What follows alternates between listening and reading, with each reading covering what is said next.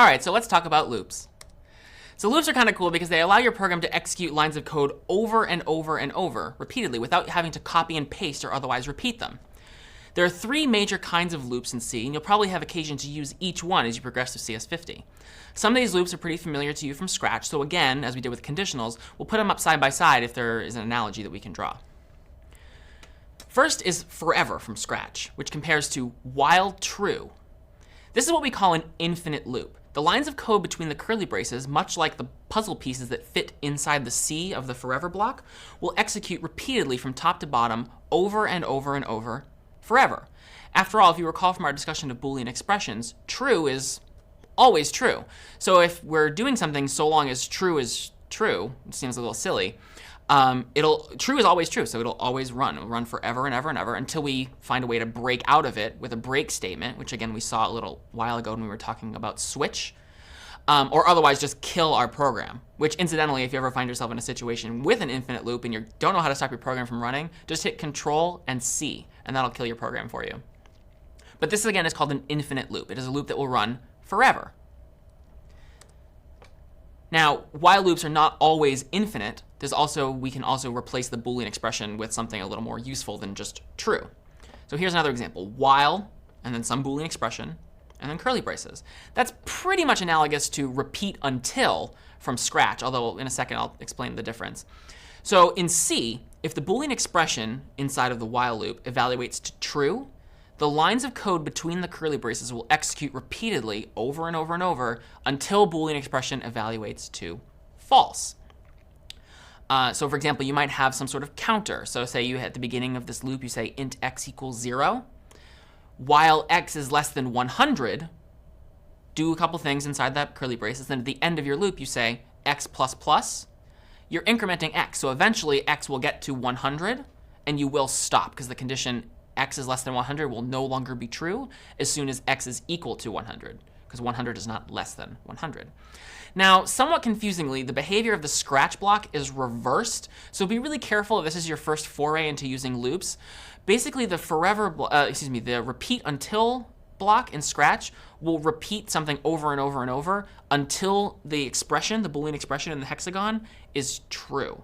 So it will keep doing it until it is true. Meanwhile, the while loop will continue to do it until it is false. So they're quite similar, but there's that little distinction just to be careful of, especially as you make your first foray from transitioning to Scratch into C. The next kind of loop is actually pretty similar. It's called a do-while loop. This loop will execute all of the lines of code between the curly braces once, and then it will check the Boolean expression. If the Boolean expression evaluates to true, it'll go back, and it'll repeat that process over and over and over until the Boolean expression evaluates to false. So this loop, unlike a while loop, is guaranteed to run at least one time. This can be pretty useful. Lastly, we have a for loop. For loops are kind of syntactically unattractive, and there's a lot going on here, so bear with me as we try and break these pieces apart. Generally, the use case of a for loop is you want to repeat something a specific number of times.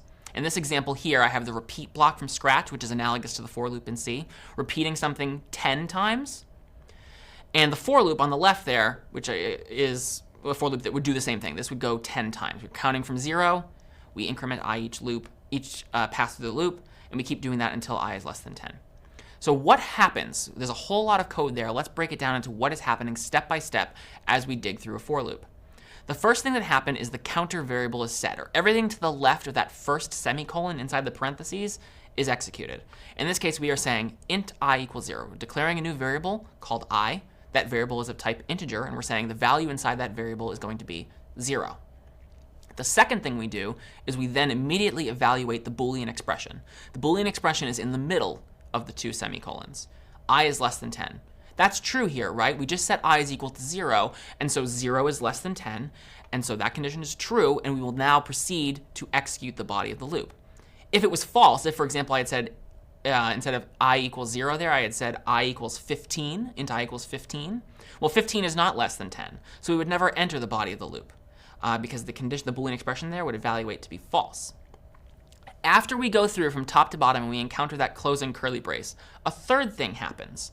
The counter variable is incremented, or rather, the lines of code or the statements after the second semicolon inside of the for loop's parentheses is executed.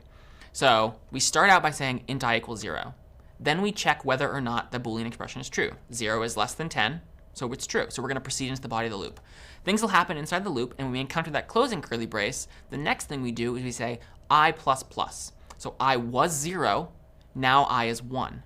Then we again check the value of the Boolean expression in the middle. 1 is less than 10. So we'll go through this process again and again.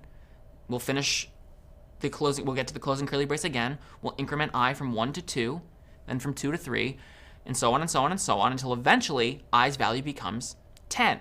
Is 10 less than 10? No. Counting from 0, we've gone through 10 iterations of the loop. We've repeated 10 times, just as we did in the scratch block.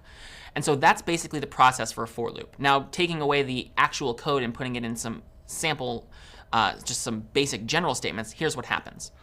All of the statements in start are executed first. You might have more than one. Then the Boolean expression is checked. If the expression evaluates to true, execute the body of the loop one time.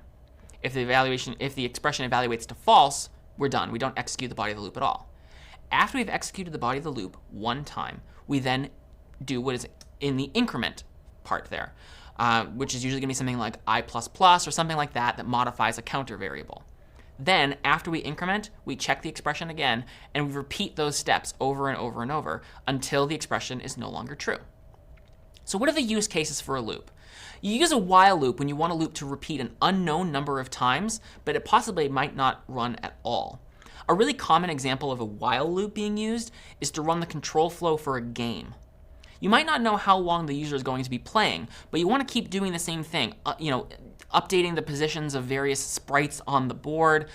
You want to keep things moving at all times, but you don't know when the user is going to stop playing or when they're going to run out of lives. So a while loop is really good for something like that. That's a good use case. For a do-while loop, it's pretty similar. You want a loop to repeat an unknown number of times, but at least once. You might use this for a game too, but a really common use case is prompting the user for input. Generally, you might say something like, give me a positive integer. And you might put that inside of a do-while loop. So it'll always ask them at least once for a positive integer. If they give you a positive integer, you might break out of the loop. You might be done. The Boolean expression in the do-while might be false, and you won't ask them again. If they give you a negative number, though, or they type some word or something that's not really useful to you, you might use the do-while loop to go back and do it again and again and again. You definitely want to ask them to give you a number once, but you don't know how many times after that they might be pests. And so a do-while loop is a great use case for prompting the user for input. And a for loop's use case typically is when you want to repeat a loop a discrete number of times, though you might not know the number of times at the moment the program is compiled. So for example, maybe you have a program where you prompt the user for a number, say, and they enter 100. And maybe your for loop will then in that case run 100 times. Or maybe they enter 1,000, and your program would then run the loop 1,000 times. It's a specific number of times, but you don't necessarily know what that number is the moment the program is compiled. It's not like a while loop where it could be infinite. It's rather a number that you just don't know. Now, even though I've outlined all these use cases, you should know that in pretty much every circumstance, you can interchange all three of these loops. You can use a for loop where you would otherwise use a while loop. You can use a for loop wherever you would use a do while loop, and so on. It can be a little tricky sometimes, so generally it's a good practice to adhere to a typical use case. Use a do while loop if you want to do something once at least. Use a for loop if you want to do something a specific number of times. After all, that's why there are 3 different kinds of loops, so that they can be used in the right context. But you can interchange them if you want. If you feel comfortable with while loops and you always want to use while loops, it is something that you can do, although it might be a little syntactically tricky, where a for loop would be a lot more straightforward. My name is Doug Lloyd, and this is CS50.